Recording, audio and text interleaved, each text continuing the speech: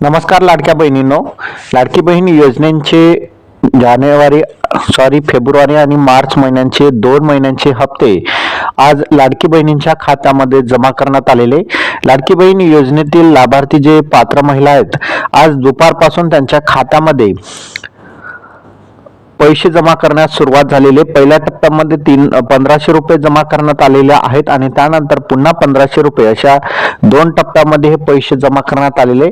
आज दुपारपासूनच हे पैसे जमा करण्यात आलेले। अनेकांचा प्रश्न होता की आम्हाला सुरुवातीला 1500 रुपये आले, मग पुन्हा 1500 रुपये येणार आहे, तर पुन्हा 1500 रुपये त्यांना जमा करण्यात आलेले, म्हणजे असे 2 हप्ते त्यांच्या बँक खात्यामध्ये जमा करण्यात आलेले। तर अशा प्रकारे बघितलं तर मुख्यमंत्री माझी लाडकी बहीण योजनेअंतर्गतचे पात्र लाभार्थ्यांच्या खात्यामध्ये फेब्रुवारी आणि मार्च महिन्यांचे 1500 असे 3000 रुपये थेट त्यांच्या बँक खात्यामध्ये जमा झालेले।